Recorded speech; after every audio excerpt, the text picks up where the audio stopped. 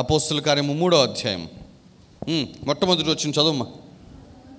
పగలు 3 గంటలకు ప్రార్థనా కాలమున పేతురును యోహానును దేవాలయమునకు ఎక్కి వెళ్ళుచుండగా. పగలు 3 గంటలకు ప్రార్థనా కాలమున పేతురును యోహానును దేవాలయమునకు ఎక్కి వెళ్ళి. చూసారా, ప్రార్థన జరుగుతున్న ఆ యొక్క టైంలో పేతురు యోహాను ఇళ్లలో ఉండలా. సంగమం వినపడుతుందా?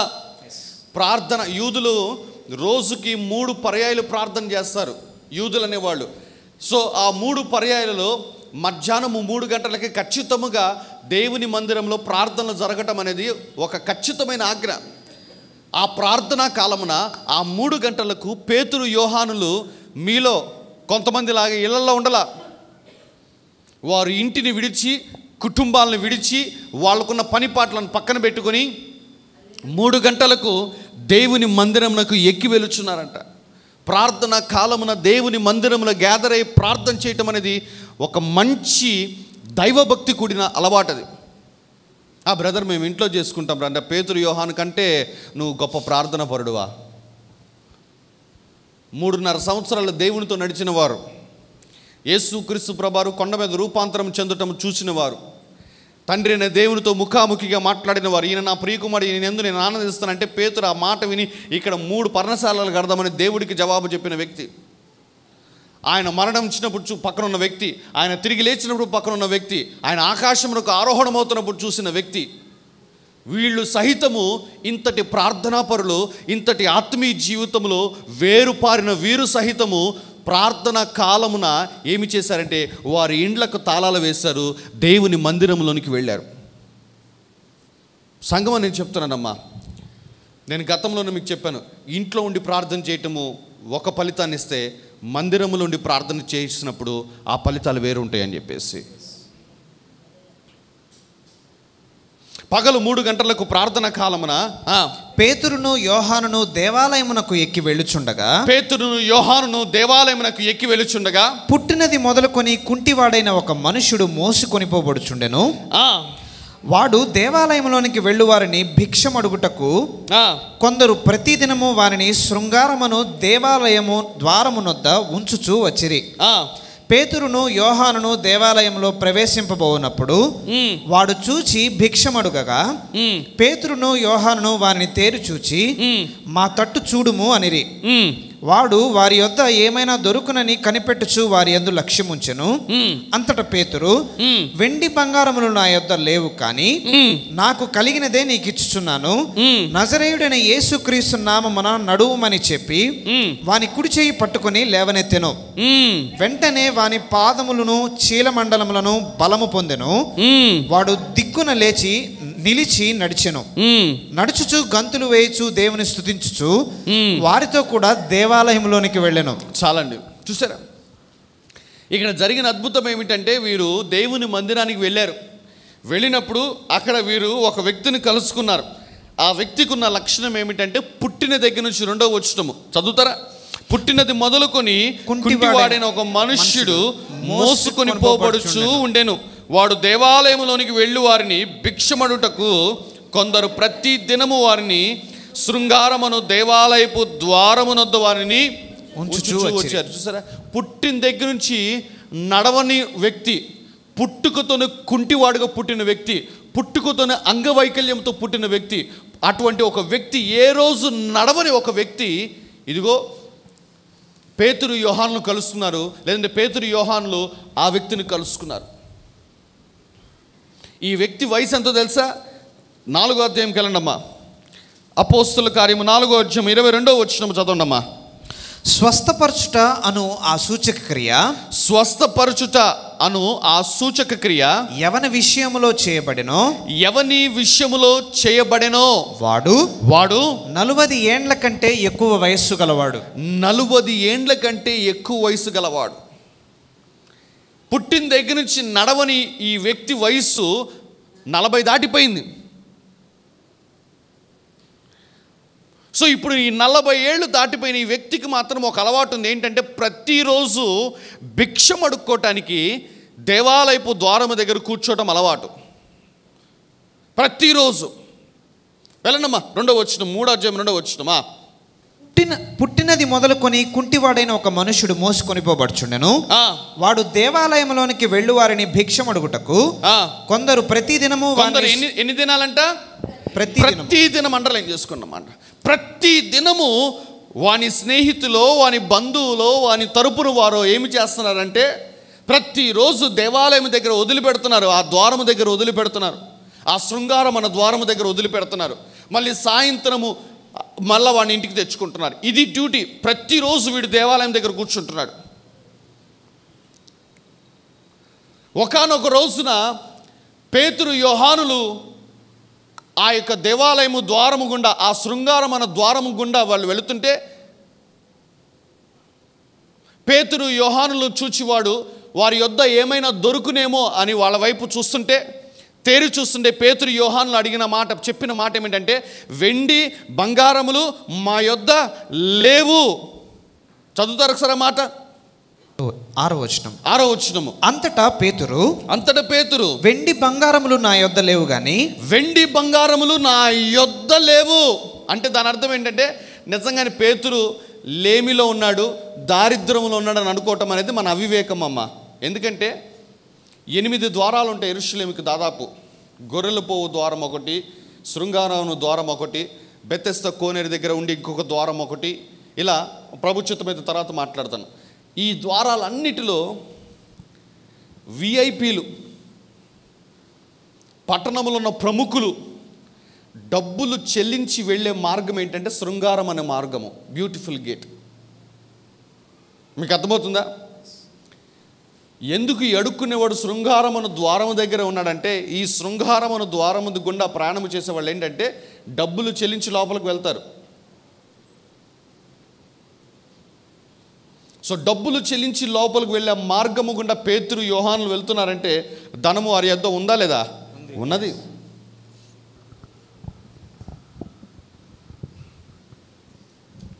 చాలామంది నిజంగా పేతురు వెండి బంగారం లేవన్నా కానీ పేతురు పాపం దయనీయమైన స్థితిలో ఉన్నాడు, లేదంటే యోహాను దయనీయమైన స్థితిలో ఉన్నాడు అనుకుంటారు. నో అమ్మా.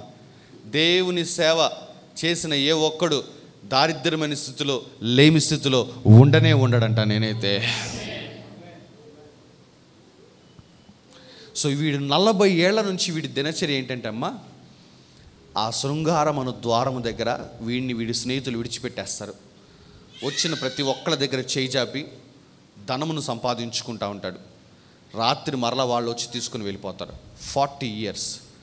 అయితే ఒకానొక దినమున పేతురు, యోహానులు వానిని చూచి ఆగారంట. ఆగి ఆ మాట చదువుతారా? 5వ వచనము ఒకసారి. వాడు వారి యొద్ద ఏమైనా, 4వ వచనం చదవండమ్మా.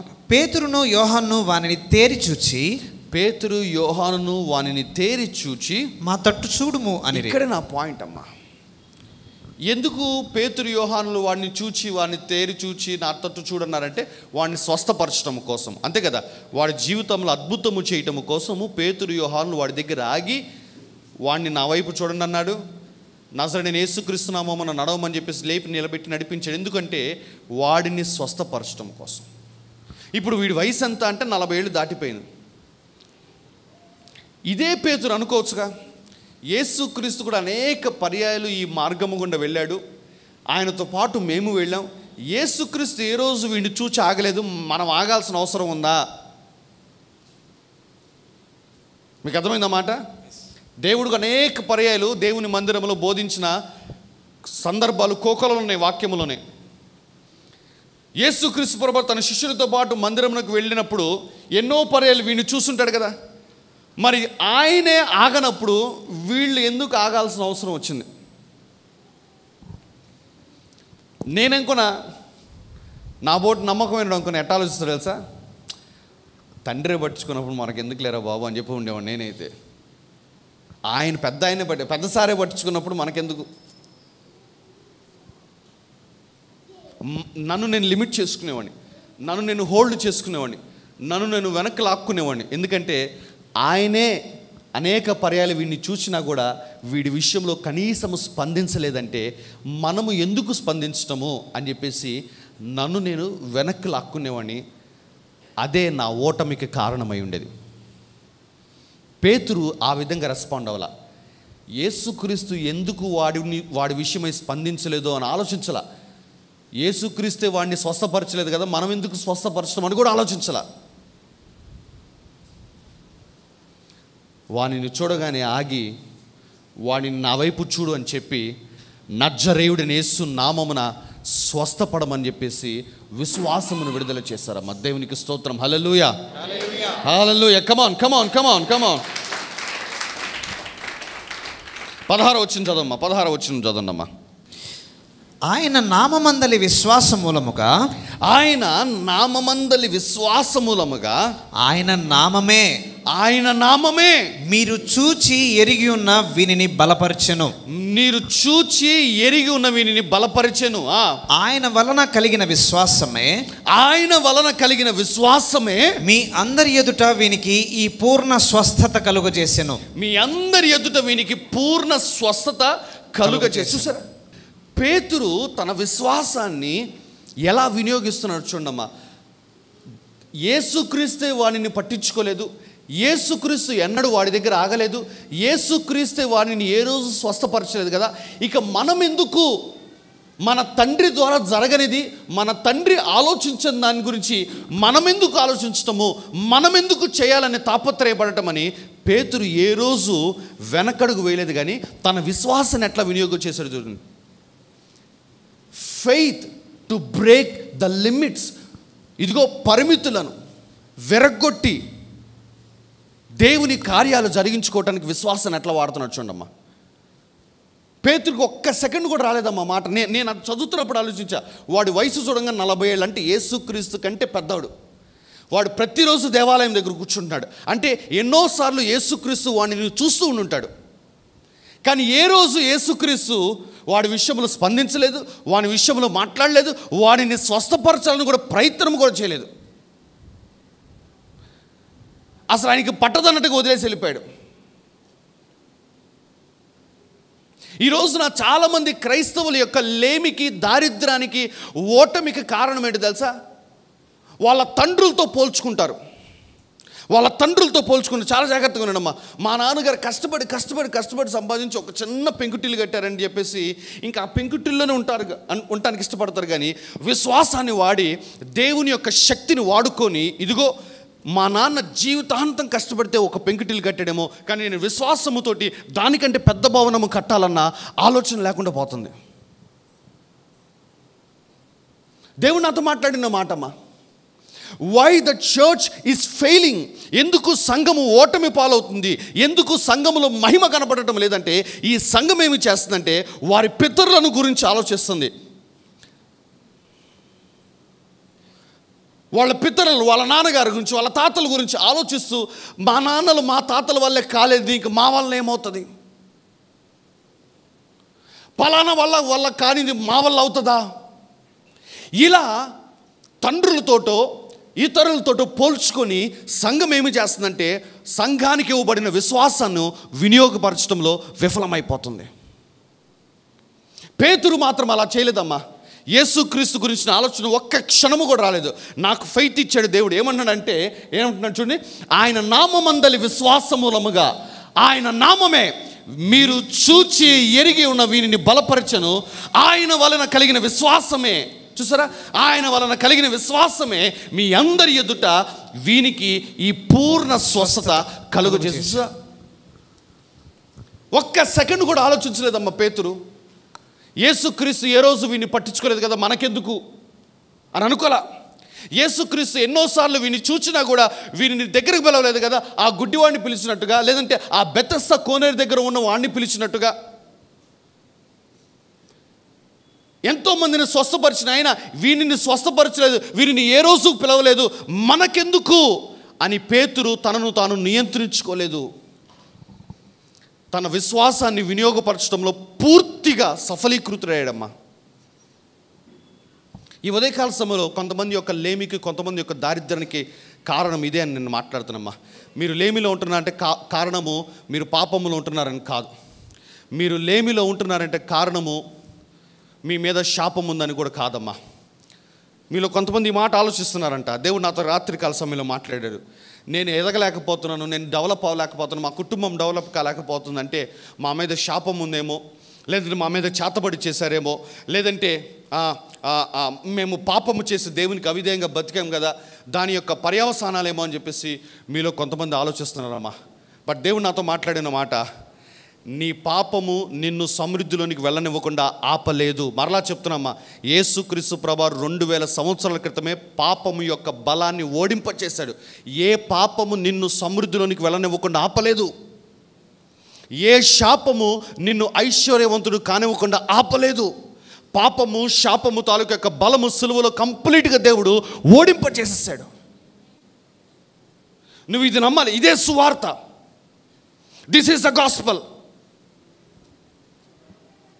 సువార్త అంటే యేసుక్రీస్తు మీ కొరకు చచ్చిపోయాడు, 3వ రోజు తిరిగి లేచాడని అది కాదమ్మా. ఈ ఉదయకాల సమయంలో నేను చెప్తున్నానమ్మా, this is the true gospel. ఇదే అసలు సిసలైన సువార్త. ఏమిటంటే, మీ ఏ పాపము, మీ ఏ శాపము కూడా మీ యొక్క లేమికి కారణము కాలేదు. ఎందుకంటే పాపము శాపము తాలూకు యొక్క శక్తి సిలువలో పూర్తిగా దేవుడు ఓడింపచేసేసాడు. మరి మీ దరిద్రానికి కారణము, మీ లేమికి కారణము, మీ రుణములకు కారణం ఏమిటో తెలుసా?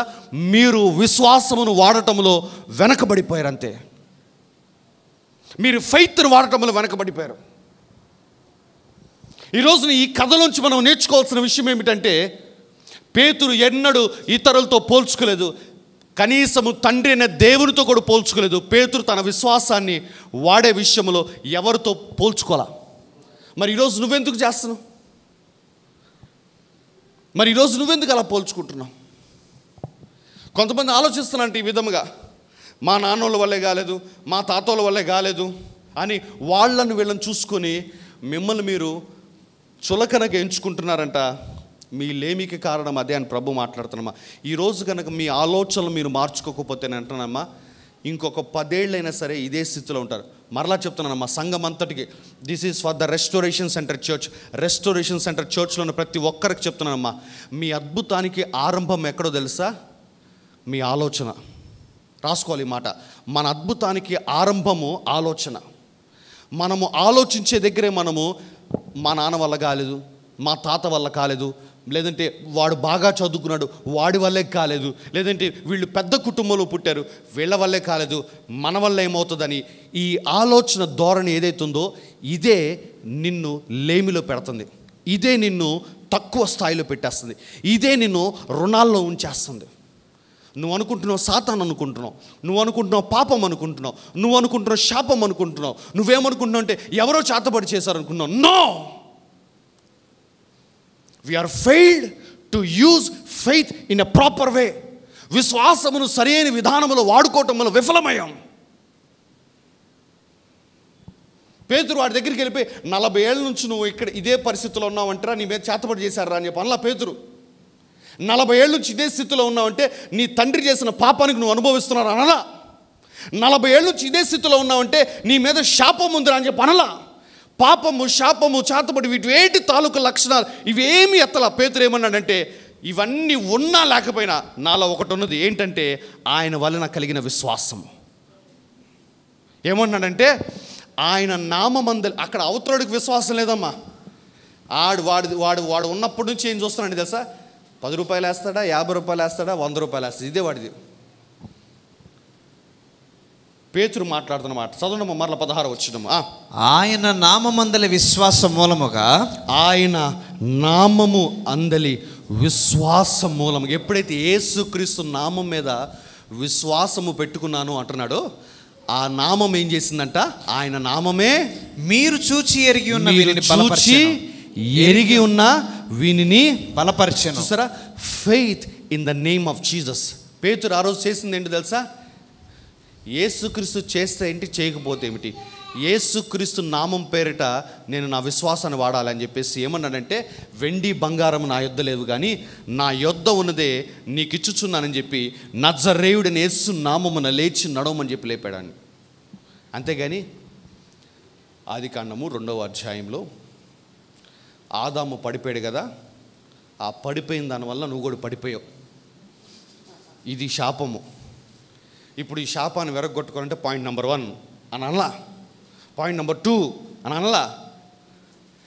అర్జెంటుగా ఆయిల్ తెచ్చుకోపో, తల మీద రాస్తా, నిమ్మకాయ పిండుతా, తాలింపేస్తా, ఇవేమి అలా. విశ్వాసము అన్నది మామూలుది కాదమ్మా. నేను చాలాసార్లు చెప్పాను, ఇప్పుడు చెప్తానమ్మా. నువ్వు నేను అనుకుంటుంది కాదు. విశ్వాసం యొక్క శక్తి సామర్థ్యం వేరు.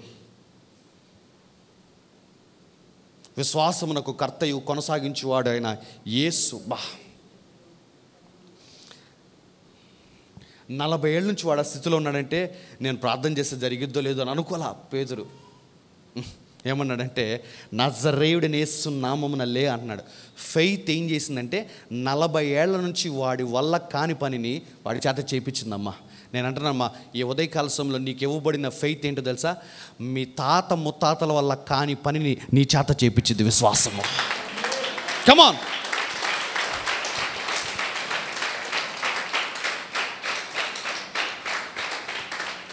మీ తాత ముత్తాతలు అద్దెలలో ఉన్నారు, ఇండివిజువల్ హౌస్లో ఉన్నారు. వాళ్ళ వల్ల కాని పని ఏంటి తెలుసా? ఒక విల్లా కట్టుకోవటం. వాళ్ళ వల్ల కాని పని ఏంటి తెలుసా? ఒక పెద్ద విల్లాలో భవనంలో ఉండటం. వాళ్ళ వల్లే కాని పని మా వల్ల ఏమైద్ది అని అనుకోమాక. అదే నీ ఓటమికి కారణం. చాలామంది ఇట్లానే ఆలోచిస్తున్నారు సంఘంలో. అనుకుని ఏమంటున్నారు తెలుసా? మేము ఇంత ప్రార్థన చేస్తున్నాం, మేము డెవలప్ అవ్వటం లేదంటే మేము ఏదో పాపం చేసాం, మా తల్లిదండ్రులు ఏదో చేశారు, ఆ శాపము, లేదంటే పలానోడు మేము ఎదగటం ఓర్వలేక ఏదో చేస్తున్నాడు. ఇవి మాట్లాడుకుంటున్నారు. నువ్వు మాట్లాడుకోవాల్సిన విషయం ఏంటి తెలుసా? నీ విశ్వాసము గురించి మాట్లాడు. నీ విశ్వాసము గురించి మాట్లాడమ్మా. 40 ఏళ్లలో ఏ రోజు వాడు నడవలేదులే, ఎందుకు వచ్చిన కర్మరా మనకి, వాడేదో అడుగుతున్న ఏంటంటే వాడు డబ్బులు అడుగుతున్నాడు, ఆ డబ్బులు ఇచ్చి చేయి దులిపేసుకుని వెళ్ళిపోదామని అనలా. పేతురు ఏంటంటే let me test my faith, నా విశ్వాసాన్ని పరిశోధన చేద్దాం అనుకొని డబ్బుల కోసం వచ్చిన వాడిని అరే డబ్బుల గురించి పక్కన పెట్టి ఒకసారి నేను టెస్ట్ చేస్తాను అని చెప్పేసి నజరేయుడైన యేసు నామమున నడువమంటున్నాడు. అసలు వాడికి అసలు అది లేనే లేదు. వాడికి అసలు అది మైండ్లో లేనేలేదు. ఈ మైండ్లో లేనోడికి ఈయన చేస్తున్న పని ఏంటంటే టెస్ట్ ఎక్స్పెరిమెంట్ చేస్తున్నాడు. అది సక్సెస్ అయ్యంగానే అందరు గ్యాదర్ అవ్వగానే అప్పుడు చెప్పడం స్టార్ట్ చేశాడు వాక్యం. ఆయన ఏమంటున్నాడంటే ఆయన నామమందలి విశ్వాస మూలముగా ఆయన నామమే మీరు చూచి ఎరిగి ఉన్నవిన్ని బలపరిచింది. ఆయన వలన కలిగిన విశ్వాసమే మీ అందరి ఎదుట వీనికి ఈ పూర్ణ స్వస్థత. 40 ఏళ్లలో జరగని పని విశ్వాసము ద్వారా దేవుడు జరిగించి చూపించాడమ్మా. నేను అంటున్నానమ్మా, మీ గడిచిన 4 తరాలు, మీ తండ్రులు, మీ తాతలు, ముత్తాతలు, వారి తండ్రులు, వాళ్ళెవ్వరూ అనుభవించని చూడని ఐశ్వర్యము విశ్వాసము ద్వారా ఈ తరంలో ఉన్న మీరు అనుభవించవచ్చు. కమాన్. హల్లెలూయా, హల్లెలూయా. అయితే మీ యొక్క ఓటమికి కారణం ఏమిటంటే పాపం కాదు, మరలా చెప్తున్నా, శాపం అసలే కాదు, మరలా చెప్తున్నా. ఇంకొక మాట చెప్పనమ్మా, సాతాను కూడా కాదమ్మా. దయచేసి ప్రతిదానికండి పిలవమాకండమ్మా. మరలా చెప్తున్నామ్మా. రెస్టోరేషన్ సెంటర్ చర్చ్ వాళ్ళంతా కళ్ళు తెరుచుకోవాల్సిన విషయం ఏంటంటే మన లేమికి, మన దారిద్ర్యానికి, మన ఓటమికి పాపం కారణం కాదు, శాపం కారణం కాదు, సాతాను అసలే కాదు. పక్కన వాళ్ళకి చెప్పండి, పక్కన వాళ్ళకి మాట చెప్పండి అమ్మా. మన ఓటమికి, అరే నాతో పాటు చెప్పండి, నేను చెప్తా. మన లేమికి, మన దారిద్ర్యానికి, మన అప్పులకి కారణము పాపం కాదు, శాపం కాదు, సాతాను అసలే కాదు. కారణం ఎవరో తెలుసా? ఇక్కడ అయిపోయారేంటి తెలుసు, అవిశ్వాసం. అది కూడా చాలా తెలివైంది మాట. కారణం నేనే అని చెప్పుకోవాలి. ఎందుకంటే నాకు ఇవ్వబడ్డ విశ్వాసాన్ని పేతురులాగా వాడలా. అది చెప్పాలి. ఇప్పుడు చెప్పండి, పక్కన వాళ్ళకి చెప్పండి, నా లైఫ్ ఇట్లా ఉండడానికి కారణం నేనే అని చెప్పు పక్కన వాళ్ళకి.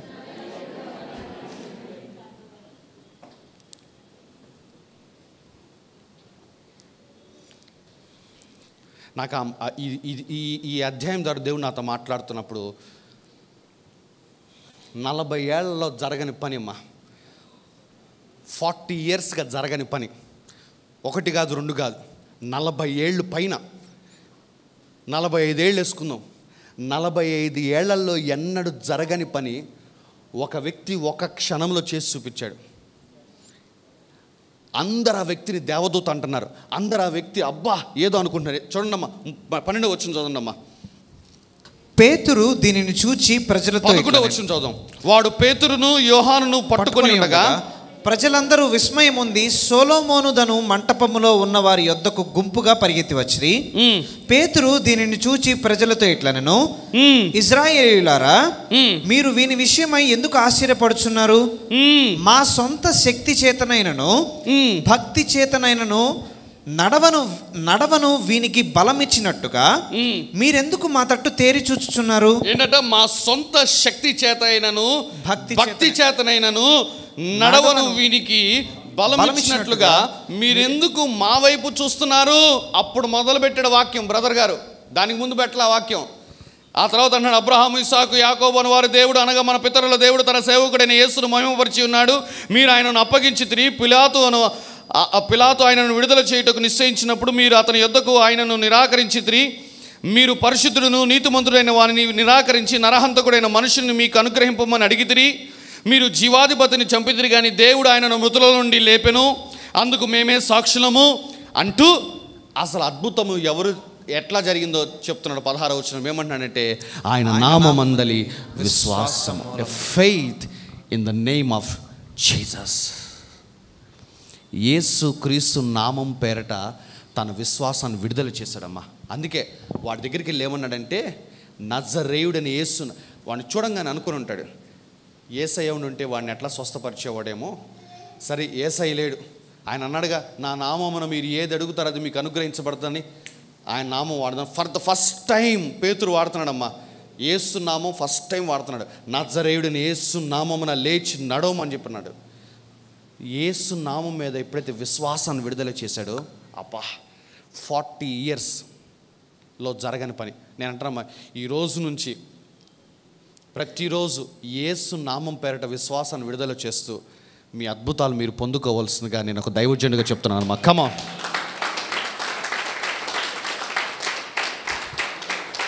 చాలా స్పష్టంగా చెప్తున్నామ్మా, నీ తలంపులు నిన్ను ఆపివేస్తున్నాయి. మరలా చెప్తున్నామ్మా, నీ అద్భుతానికి, నీ మెరకల్కి ఆరంభం ఏంటో తెలుసా? Your thought. నీ అద్భుతానికి ఆరంభము నీ యొక్క ఆలోచన. నీ ఓటమికి ఆరంభం కూడా నీ ఆలోచనే. పేతురు గనక యేసుక్రీస్తు ఏ రోజు చేయలేదు, యేసుక్రీస్తు వీడిని పట్టించుకోలేదు. మనకేం పని, వాడు అడిగింది ఏదో వాడికి ఇచ్చేసి వెళ్ళిపోతే సరిపోతుంది కదా అన్న ఆలోచన కనుక పేతురుకు వచ్చి ఉంటే ఆ రోజున అద్భుతం జరిగేది కాదు. ఆ ఆలోచన రాకుండా యేసయ్య లేకపోతే ఏమిటి, యేసయ్య నామం పేరు మీద విశ్వాసాన్ని వాడదాం అన్న ఆలోచన వచ్చింది కాబట్టి అద్భుతం జరిగింది. సో అద్భుతానికి ఆరంభం ఏమిటంటే ఆలోచన. ఎప్పుడైతే ఆ ఆలోచన అతని మీదకి వచ్చిందో, అతనిలోకి వచ్చిందో, మాట్లాడటం ఆరంభించడమా. ఏమని మాట్లాడడమా? ఒకసారి అది చదువుతారా? వెండి బంగారములు నా యొద్ద లేవు కానీ. 6వ వచనం. అంతటా పేతురు, వెండి బంగారములు నా యొద్ద లేవు గాని నాకు కలిగినదే నీకు ఇచ్చుచున్నాను, నాకు కలిగిందే నీకు ఇచ్చుచున్నాను, నజరేయుడైన యేసుక్రీస్తు నామమున నడువమని చెప్పాడు. చూసారా, ఆలోచన తర్వాత చెప్పాడు. ఈ ఆలోచన రాకపోయింటే చెప్పేవాడు కాదు. నేను అదే చెప్తున్నామ్మా, చాలా స్పష్టంగా వినడమ్మా. దరిద్రానికైనా ఆరంభం ఆలోచనే, సమృద్ధికైనా ఆరంభం ఆలోచనే. ఆలోచన తర్వాత మాట్లాడటం. సామెతల గ్రంథము 30వ అధ్యాయం 32 వచ్చింది అమ్మా. సామెతలు 30:32 చదవమ్మా. నీవు బుద్ధిహీనుడివై అతిశయపడి ఉండిన ఎడల, కీడు యోచించి ఉండిన ఎడల. చాలా జాగ్రత్త చదవండి అమ్మ మాట. కీడును గనక ఆలోచించి ఉన్న ఎడల నీ చేతితో నోరు మూసుకొనుము. నీ చేతితో నోరు మూసుకో. చదివారా మాట? చదివారా? మరలా చదవనమ్మా మాట. నీవు బుద్ధిహీనుడివై అతిశయపడి ఉండిన ఎడల. అదంతా పక్కన పెట్టు. కీడు యోచిస్తే ఏదో నష్టం జరిగిద్ది, ఏదో భలే చెప్తారు మనోళ్ళు. పొద్దున్నే కలలు, నాకు రాత్రి కల వచ్చిందమ్మా, ఏదో అయిద్దమ్మా అమ్మో వీడు అంటం వల్ల జరిగింది, నిజం కళ వల్ల జరగల. మళ్ళీ వీడు పొద్దున్న ఏమని చెప్తా, మళ్ళీ అది నెరవేరంగా చూస్తావు, దేవుడు నాతో మాట్లాడాడు.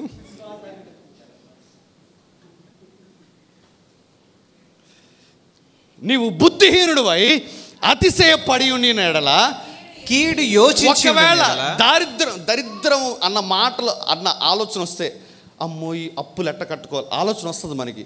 అప్పులు ఎట్ట కట్టుకోవాలన్న ఆలోచన నీ మైండ్లో వస్తే కనీసం నోరు మూసేసుకో. అప్పులు ఎట్ట కట్టుకోవాలన్న మాట రాని మా అక్క, ఇంత వాడిని పాట పాడేసాయి, నా ప్రతి అవసరము తీర్చు. ఎందుకంటే వాక్యం ఏం చెప్తుందంటే, అరే నువ్వు నెగిటివ్ ఆలోచించి ఒకవేళ ఆలోచన వస్తుంటే దయచేసి మూసేసే నోరు. ఎందుకంటే నువ్వు ఆలోచించగానే నువ్వు వెంటనే నీకున్న అలవాటు ఏంటి తెలుసా, టంగ్ స్లిప్. నువ్వు అది మాట్లాడగానే అది జరిగిద్ది. దేవుడు ఎంత ఆరాటపడుతున్నాడు మా విశ్వాసాల గురించి.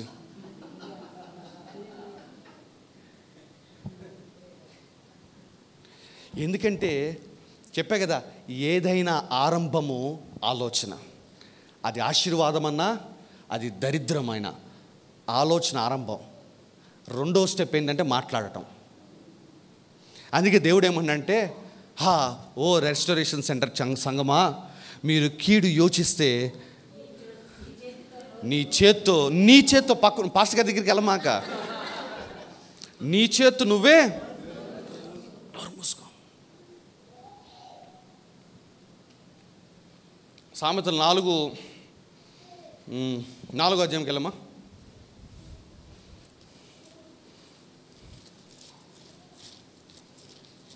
23 వచ్చింది. నీ హృదయములో నుండి జీవధారలు బయలుదేరును. నీ హృదయం అంటే నిజంగా ఇది కాదమ్మా, ఆలోచన గురించి మాట్లాడుతున్నాడు. నీ ఆలోచనలో నుండి జీవధారలు బయలుదేరును. నీ జీవితానికి సంబంధించిన దారులు బయలుదేరతాయి. కాబట్టి అన్నిటికంటే ముఖ్యముగా నీ ఆలోచనలను భద్రంగా ఆలోచనలు జాగ్రత్త పెట్టుకో. అందుకే అసలు నెగిటివ్ దరిద్రం అన్నమాట నిన్నటి దాకా నేను ఏం చెప్పానంటే, మా సంఘంలో దరిద్రం అన్నది నోటితోని మాట్లాడమాకండి అని చెప్పాను. ఈ రోజు ఏం చెప్తున్నాను సార్, దరిద్రం అనేది కనీసం తలంపులో కూడా రాని మాకంటాను నేను. అర్థమవుతుంది మీకు ఆ మాట? నేను అప్పుల్లోనే ఉండిపోతాను అనేది నిన్నదాకా నోటితో మాట్లాడుతున్నాను. ఈరోజు ఏమంటున్నాను తెలుసా, అసలు నేను అప్పుల్లోనే ఉంటాను అన్నది కనీసం థాట్లో కూడా రాని. ఒకవేళ సాతాను ఆ తలంపు పెట్టాలని చూసిన వెంటనే నువ్వు వేరే తలంపులోకి వెళ్తారు లేదా ఈరోజు నుంచి? ఎందుకంటే నీ ఆలోచనలో నుండే జీవధారలు బయలు వెళ్తాయి. కాబట్టి అన్నిటికంటే నీ ఆలోచనలను జాగ్రత్త చేసుకో అంటున్నాడు, భద్రంగా కాపాడుకో అంటున్నాడు. అందుకే దేవుడు అన్నాడు యెషయా గ్రంథంలో ఈ మాట అన్నాడు, నా తలంపులు మీ తలంపులు వంటివి కాదని చెప్పేసి. ఒకసారి వెళ్తారా? యెషయా గ్రంథము 55వ అధ్యాయము 8వ వచనము.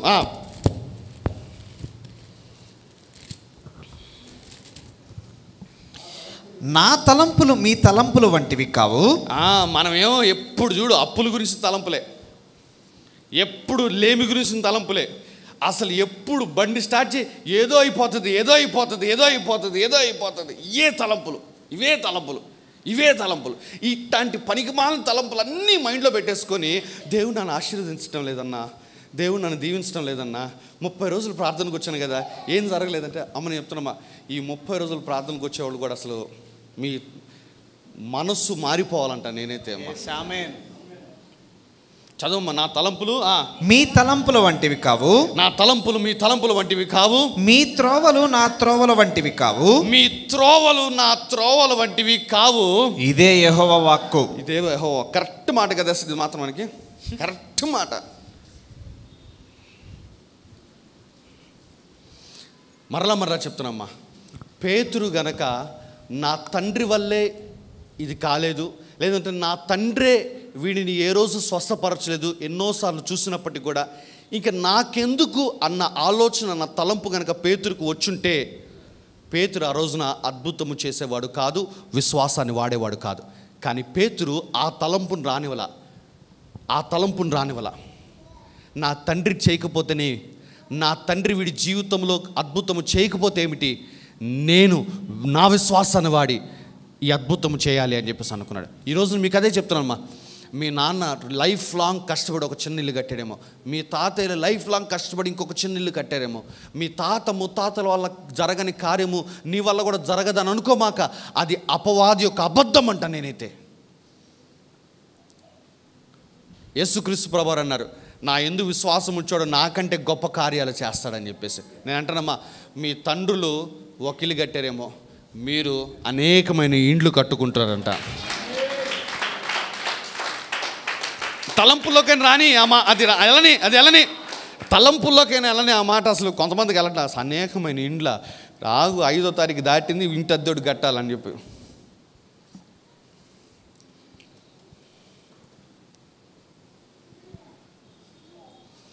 ఫిలిప్పీలకు రాసిన పత్రిక 4:8 ఫిలిప్పీ 4:8. మెట్టుకు సహోదరులారా, ఏ యోగ్యత అయినను మెప్పైనను ఉండిన ఎడల ఏవి సత్యమైనవో, ఏవి సత్యమైనవో, ఏవి మాన్యమైనవో, ఏవి న్యాయమైనవో, ఏవి పవిత్రమైనవో, ఏవి రమ్యమైనవో, ఏవి ఖ్యాతి గలవో వాటి మీద ధ్యానముంచుకొనుడి. ఇంతకన్నా కదా నెగిటివ్ థాట్స్ వస్తావు, ఇంకో థాట్లోకి వెళ్ళమని చెప్పేసి నువ్వు ఇంకోటి ఏమో ఆలోచించాలి తెలుసా? సత్యమైనవి ఏంటో, న్యాయమైనవి ఏంటో, యోగ్యత అయినవి ఏంటో, మాన్యమైనవి ఏంటో, పవిత్రమైనవి ఏంటో, రమ్యమైనవి ఏంటో, ఖ్యాతి గలవేంటో వాటినే ధ్యానము ఉంచుకోండి. అంతేగాని నీ అప్పుల గురించి, నీ అనారోగ్యాల గురించి, నీ రుణాల గురించి, వీటి గురించి ధ్యానము ఉంచుకోమాకని దేవుడే చెప్తున్నాడు. నేను చెప్పటం లేదు, దేవుడే చెప్తున్నాడు. ఎందుకంటే నువ్వు దేన్ని ఆలోచిస్తావో నీకు తెలియకుండానే అదే నీ పెదవుల గుండా బయటకు వస్తుంది. అందుకే అన్నాడు, కీడు యోచించిన ఎడల నీ చేతితో నీ నోరుని గట్టిగా మూసేసాయి. నువ్వు ఏది ఆలోచిస్తావో అదే నీ నోట్లోంచి బయటకు వస్తుంది. ఏది బయటకు వచ్చిందో అదే నీ జీవితంలో నెరవేరుతుంది. పేతురు యేసుక్రీస్తు స్వస్థపరచలేదు, నాకెందుకు వచ్చింది, ఇది నా వల్ల అయిద్దా అని ఆలోచించలా. యేసుక్రీస్తు ప్రభువు హైయెస్ట్ రికార్డ్ ఏంటంటే 38 ఏళ్ల నుంచి పక్షవాతంతో ఉన్నవాడిని లేపటం. That was his highest record. ఈయన 40 ఏళ్ళు దాటి నుండి కూడా లేపాడు. నా యందు విశ్వాసం ఉంచేవాడు నాకంటే మరి గొప్ప కార్యాలు చేస్తాడని చెప్పేసి. నేను అంటున్నానమ్మా, మీ తండ్రులు అనుభవించని, మీ తాతలు అనుభవించని ఐశ్వర్యమును విశ్వాసము ద్వారా మీరు అనుభవిస్తారు.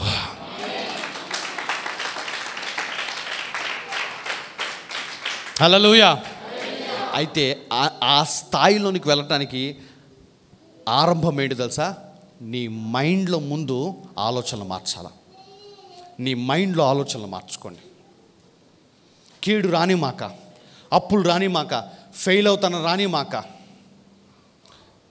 లేమిలో ఉండిపోతామని రాని మాక, విధికి వ్యతిరేక్తమైన ఆలోచనలు ఏమీ రాని మాక.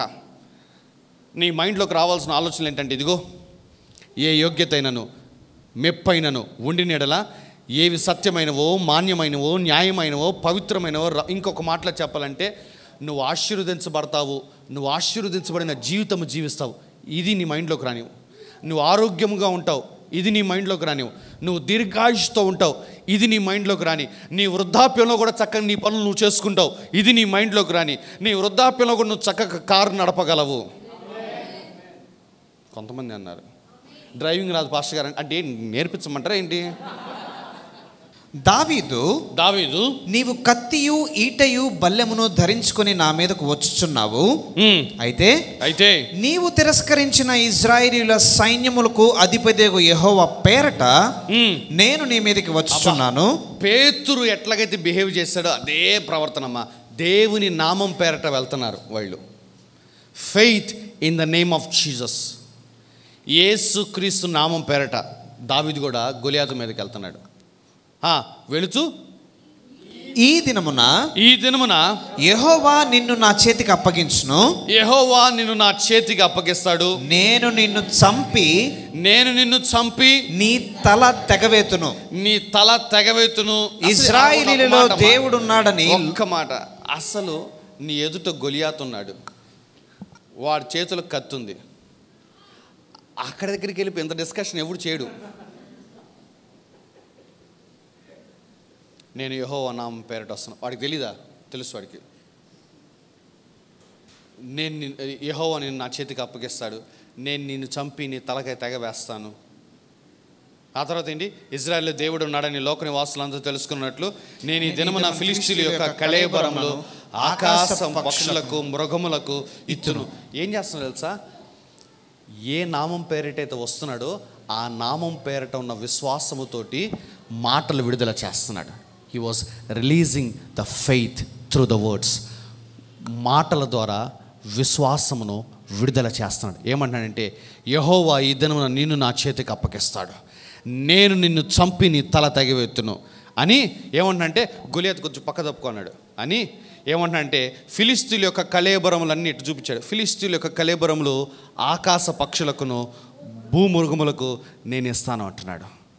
What is doing? ఒక 17 ఏళ్ల వాడు ఒక ఆజానుబాహుడు ముందర నిలబడి ఏమంటున్నాడంటే, నిన్ను చంపి నేను తల తెగ వేస్తానంటున్నాడు. బుద్ధిహీనుడై మాట్లాడటం లేదమ్మా. యెహోవా నామం పేరట వెళ్ళి విశ్వాసమును మాట్లాడుతున్నాడు, విశ్వాసమును విడుదల చేస్తున్నాడు.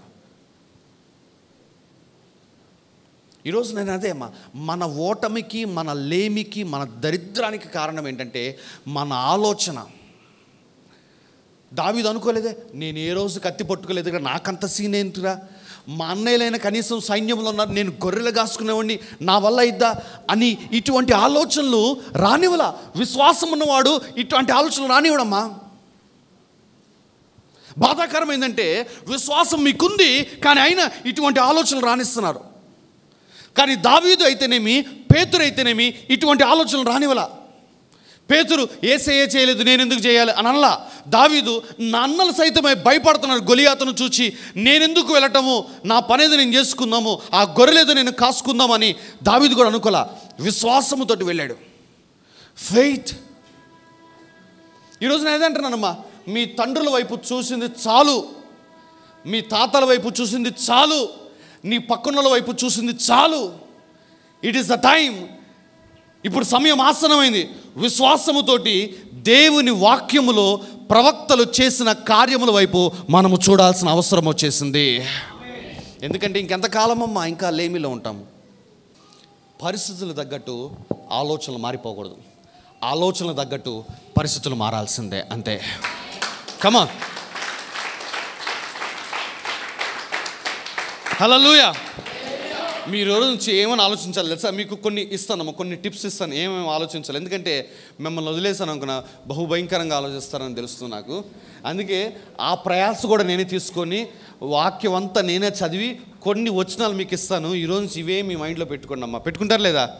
ఇంక ఇది చెప్పిన తర్వాత కూడా నేను పెట్టుకోలేను పాస్టర్ గారు అంటే నేను చేసేదేం లేదు. ఇంకా కీర్తనల గ్రంథము 112:3 చదవమ్మా. కీర్తనలు 112:3. కలిమియు సంపదయు వాని ఇంట నుండును, వాని ఇంట ఉండును. ఇది మీ మైండ్లో పెట్టుకోవాల్సిన ఫస్ట్ థాట్. ఇంట్లో ఏమీ లేవు, ఇంట్లో డబ్బులు లేవు, బ్యాంకులో డబ్బులు లేవు, అడిగి కట్టాలి, ఇది ఈ ఆలోచన కాదు. ఈ ఆలోచన వచ్చిన ప్రతిసారి నువ్వేం ఆలోచించాలి తెలుసా? కలిమియు సంపదయు నా ఇంట్లో ఉంటాయి, ఇది ఆలోచించాలా. అర్థమవుతుందా? ఆ తర్వాత 116వ కీర్తనకి వెళ్ళనమ్మా. 115వ కీర్తన 16వ వచనము. ఆకాశములు యెహోవా వశము, ఆకాశములు యెహోవా వశము, భూమిని ఆయన నాకిచ్చి ఉన్నాడు. భూమిని ఆయన నాకు వచ్చిన వెంట చదివాను తెలుసా. నేను రాత్రి ఇది చదువుతూ ఉంటే భూమిని ఆయన నరులకు ఇచ్చి ఉన్నాడగా నేను రాసుకుంటా ఉంటే దేవుడు ఎమ్మటే మాట్లాడాడు. నీ యొద్ద ఏమి తీసుకొని భూమిని నీకు ఇచ్చాను అన్నాడు. నాకు ఒకసారి నేను రాసుకున్నాను అదంతా. What I have taken from you in order to give the earth అన్నాడు. నీ యొద్ద ఏమి తీసుకొని నేను నీకు భూమిని ఇచ్చాను అన్నాడు. ఏం తీసుకోలేదు ప్రభు అంటే, మరి ఫ్రీగానే ఇచ్చాను కదా అన్నాడు. ఆ మాట కొద్దిగా తీసుకోవడానికి నాకే చాలా కష్టం వేసింది. ఇప్పుడు 2 ఎకరాలు ఫ్రీగా వస్తాయా? చూసారా, మీరు ఎవరు ఆమెను చెప్పలా. నేనే బలహీనంగా ఉన్నా అంటే నాకు మించిన బలహీనంలో ఉన్నానమ్మా. అసలు యథా రాజా, నేను అసలు మీలాగా కాదమ్మా. నేను మిమ్మే చాలా బెటరు. నాకు రాత్రి ఇది మాట్లాడుతున్నా, రాస్తున్నా. ఆకాశంలో యెహోవా వర్షం చక్కగా రాశా, టప్ టప్ టప్ టప్ అని రాశా. భూమిని ఆయన నరులకు ఇచ్చి ఉన్నాడు, ఎమ్మటే హోలీ స్పిరిట్ అన్నట్లు వచ్చింది. ఒకసారి వచ్చి, what did God has taken from you in order to give you the earth అని. దేవుడు ఏమి తీసుకొని నీ యొద్ద నీకు భూమిని ఇచ్చాడు అన్నాడు. నా యొద్ద ఏమి తీసుకోలేదే దేవుడు, నా యొద్ద ఏమి తీసుకోలేదు. మరి నాకేం భూమిని ఇచ్చాడంట. అంటే ఎట్లా ఇచ్చాడు నాకు ఇప్పుడు? ఫ్రీ అన్నమాట, కొద్దిగా చెప్పండి. ఫ్రీయే. ఏం నేను నీ దగ్గర ఏం తీసుకుంటానే ఏంటి ఏమన్నా? ఇప్పుడు నాకు రాత్రి నుంచి నా పెద్ద టాస్క్ ఏంటో తెలుసా? ఇప్పుడు ఫ్రీగా నాకు 2 ఎకరాలు వస్తాయి. ఇది నమ్మటం నాకు అల్లగట్ల. నాకైతే రాత్రి నుంచి దాదాపు 4:30 గంటల వరకు ఇదే ఆలోచిస్తున్నా. ప్రభువా, ఈ అసలే ఏదో వెళ్తుంది, జీవితం నడుస్తుంది, ఆ పడవేదో, దాని నెలని ఎందుకు డిస్టర్బ్ చేస్తావు? నరులకైనా భూమిని ఉచితంగా ఇచ్చాడు. ఇప్పుడు నా అందరి ఫోకస్ అంతా నా మీద పెట్టారు, కానీ ఇప్పుడు కొద్దిగా ఆగండి. కానీ ఆ మాట మీకు కూడా వర్తించదమ్మా. ఇప్పుడు ఇప్పుడు మిమ్మల్ని చూసుకోండి ఒకసారి. ఫోకస్ అంతా భాష గారు ఇరుక్కున్నారా. ఇప్పుడు ఆ ఫోకస్ మీ మీద పెట్టుకోండి. పక్కన వైపు చూసి చెప్పు, దేవుడు నాకు భూములు ఫ్రీగా ఇచ్చాడని చెప్పు. ధైర్యంగా చెప్పాలా ఆ మాట? అసలు చెప్పడానికి కూడా రావట్లేదు. చూడండి, ఆకాశములు యెహోవా వశము, భూమిని ఆయన ఫ్రీగా ఇచ్చాడు మనకి. ఇప్పుడు ఏం చేయాలి? ఇప్పుడు విశ్వాసంతో దాన్ని నెరవేర్చుకోవాలి. ఇది ప్రాసెస్ మంది. హల్లెలూయా, హల్లెలూయా, హల్లెలూయా.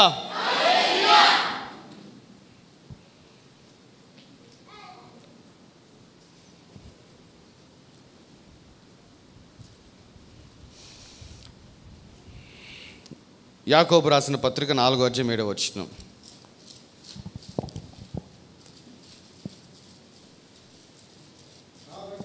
కాబట్టి దేవునికి లోబడి ఉండి. ఈ మాట మనం చాలాసార్లు చాలా రకాలుగా మాట్లాడాం, కానీ ఈరోజున దేవుడు మరొక కోణంలో మాట్లాడుతున్నాడు. ఏ విషయంలో దేవునికి లోబడాలంటే తలంపులు. నీ తలంపులు కీడు యోచించకూడదు, దారిద్ర్యము యోచించకూడదు, లేమిని యోచించకూడదు, అనారోగ్యము యోచించకూడదు, మరణము యోచించకూడదు. దేవునికి సంబంధమైన కానీ ఏ ఆలోచనలు నువ్వు ఆలోచించకూడదు. దీనికి లోబడండి అమ్మ. ఇది దేవుని మాట. ఏమంటున్నానంటే, చదవండమ్మా మాట.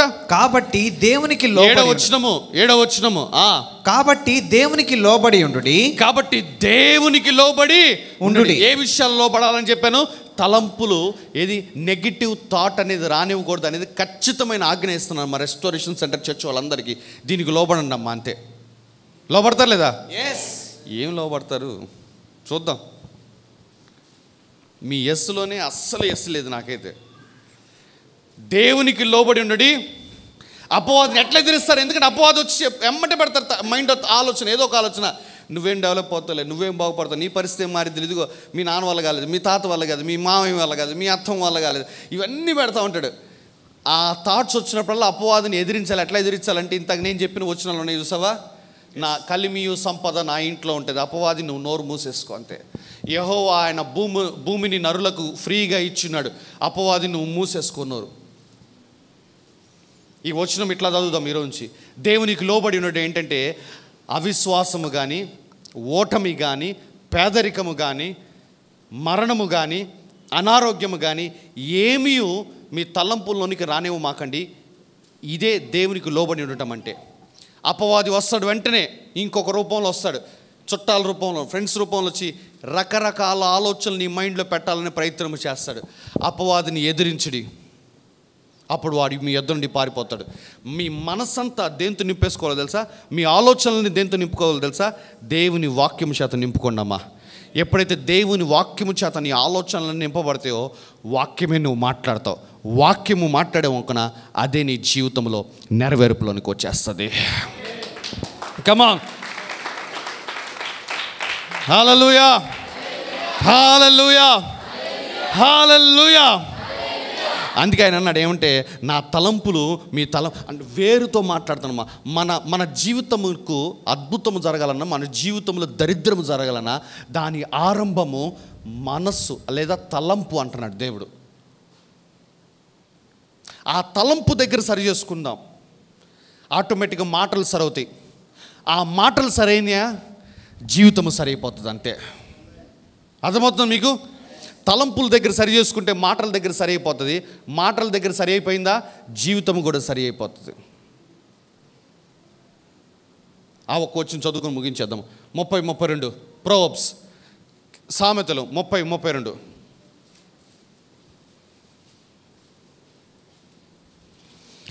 నీవు బుద్ధిహీనుడవై అతిశయపడి ఉండిన ఎడల, కీడు యోచించి ఉండిన ఎడల నీ చేతితో నోరు మూసుకొనిము. అది అసలు ఈ వచనం మీరు ఇంటికి వెళ్ళాక మరి బాగా మీకు ఎక్కడ కనపడుతుందో అక్కడ రాసుకోండమ్మా. ఇంట్లో గోడ మీద కానీ, టీవీ ముందు కానీ, అద్దం ముందు బాగా నిలబడతారన్న విషయం తెలుసు కదా. అద్దం ముందు కానీ, ఇప్పుడు అద్దాలు వాడటం లేదు, సెల్ఫీ కెమెరా వాడుతున్నారు కాబట్టి మొబైల్లో స్క్రీన్, దాని ఏమంటారు, వాల్ పేపర్ ఈ వచనం పెట్టుకోండి అమ్మా. కీడు యోచించిన ఎడల నా చేత్తో నా నోరు మూసేసుకోవాలని చెప్పేసి ఒక ఫోటో, మీకు తెలుసు, మీకు ఎడిటింగ్ బాగా తెలుసు నాకన్నా బాగా, అది చక్కగా గూగుల్లో ఇట్లా పెట్టుకున్న ఫోటో పెట్టేసుకో. అది చూసినప్పుడు రోజు నీకు అమ్మ నేను మూసేసుకోవాలి నోరు అని చెప్పేసి. అర్థమైందా? ఈ వాక్యం ఇంటికి వెళ్ళక కూడా మరలా ధ్యానించడం ఈరోజు వర్తమానము. ఎందుకంటే దేవుడు అన్నాడు, మన ఓటమికి మన దారిద్ర్యానికి కారణము పాపము కాదు, శాపము కాదు, సాతాను కాదు, లేని వాటికి అంత సీన్ ఇవ్వమాకండి అని ప్రభు మాట్లాడుతున్నాడు. No devil in the hell, నరకంలో ఏ దూత కూడా మన ఆశీర్వాదాన్ని ఆపలేదు. ఎందుకంటే అపవాది యొక్క బాణములన్నింటినీ దేవుడు ఆర్పివేసేసాడు. ప్రధానులను, అధికారులను నిరాయుధులుగా చేసి వేసేసాడు. సో వాడికి ఆయుధమే లేదు, వాడొచ్చి అట్లా నీ ఆశీర్వాదాన్ని ఆపుతాడు. పాపమును దేవుడు ఓడించి పాపం అంతా ఆయన మీద వేసుకొని ఆ పాపము తాలూకా శిక్ష ఆయన అనుభవించేసి, ఇదిగో పాపం యొక్క బలమును విరిచివేసేసాడు. ఇప్పుడు పాపానికి శక్తి లేదు, శాపము లేదు. ఒక బ్రాండ్ న్యూ లైఫ్ని దేవుడు మనకు అనుగ్రహించాడు. పాపము లేని జీవితము, శాపము లేని జీవితము, అపవాది శోధన లేని జీవితము, ఒక నూతనమైన జీవితము. ఇంకా చెప్పాలంటే పరలోకములో మనము జీవించే జీవితాన్ని ఈ భూమి మీద జీవించడానికి దేవుడు రక్షణ ద్వారా అనుగ్రహిస్తే మనం ఏం చేస్తాం తెలుసా? మనం విన్న బోధలేంటి తెలుసా? పాపం గురించి విని ఆ మధ్యలో వాడేవాడు అడిగాడు నన్ను, మీరు అసలు పాపం గురించి చెప్పరా బ్రదర్ అంటే, ఎందుకు చెప్పాలి, ఇంక వేరే పని లేదా నాకు ఇంకా అంటే. పాపము చెప్పి ఖండించాలి బ్రదరు, నెట్టాలి బ్రదర్, అట్ట చేయాలి బ్రదర్, ఎట్ట చేయాలి బ్రదర్. నేను ఒక మాట చెప్పనమ్మా, పాత నిబంధనలో కనుక మనం ఉండుంటే ఖచ్చితంగా నేను పాపం గురించే మాట్లాడేవాడిని. బట్ క్రొత్త నిబంధనలు ఉన్నాం. పాత నిబంధన క్రొత్త నిబంధనల మధ్య ఏం జరిగింది తెలుసా? పాపము సిలువలో ఓడిపోయింది. ఒక కమీడియన్ గురించి మాట్లాడుకోవాల్సిన అంత అవసరం లేదమ్మా. మీకు సినిమాలు బాగా తెలుసు. సినిమా అంతా కమీడియన్ ఉన్నాడు. ఎక్కడుంటాడు? అప్పుడప్పుడు వచ్చి వెళ్తూ ఉంటాడు. మనం కూడా అప్పుడప్పుడు మాట్లాడదాం. ఇంక పద్దాక ఆడే మెయిన్ హీరో అయిపోతే ఎట్లా? మన మెయిన్ హీరో ఎవరో తెలుసా? మన ప్రభువు, మన రక్షకుడు. హల్లెలూయా, కమాన్.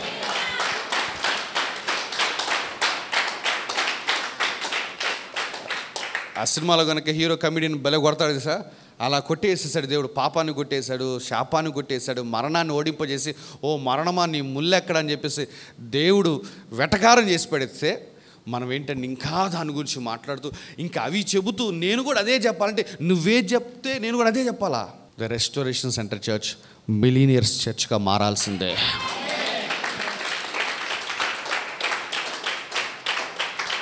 అర్థమవుతుందా? ది రెస్టోరేషన్ సెంటర్ చర్చ్లో ఉన్న ప్రతి ఒక్కరు ఇతర దేశాలకి ఆశీర్వాదకరంగా మారాల్సిందే. ఎందుకు ఆపారు చప్పట్లు లేవా? నా ఆశమ్మా, నా ఆశ తెలుసా? మన చర్చి వాళ్ళు లేని దేశం అంటే ఏది ఉండకూడదని చెప్పేసి. ఎందుకంటే మన వాళ్ళు ఇక్కడ ఎదిగి ఫలించి అభివృద్ధి పొంది ఇతర దేశాలను నాటబడి అక్కడ ఎదుగుతూ అభివృద్ధి చెందుతూ ఉంటే, ఇక్కడున్న నేను మనోళ్ళు బ్లెస్ అయ్యారు అని చెప్పి ఆనందపడాలి నేను. ఆమేన్, హల్లెలూయా. దేశములకు దీవెనకరముగా దేవుడు మిమ్మల్ని లేవనెత్తును గాక. ఇతర దేశాలకు ఆశీర్వాదకరముగా దేవుడు మిమ్మల్ని లేవనెత్తును గాక. దేశం యొక్క ఉన్నత స్థలముల మీదకి దేవుడు మిమ్మల్ని హెచ్చించును గాక. ఆమేన్.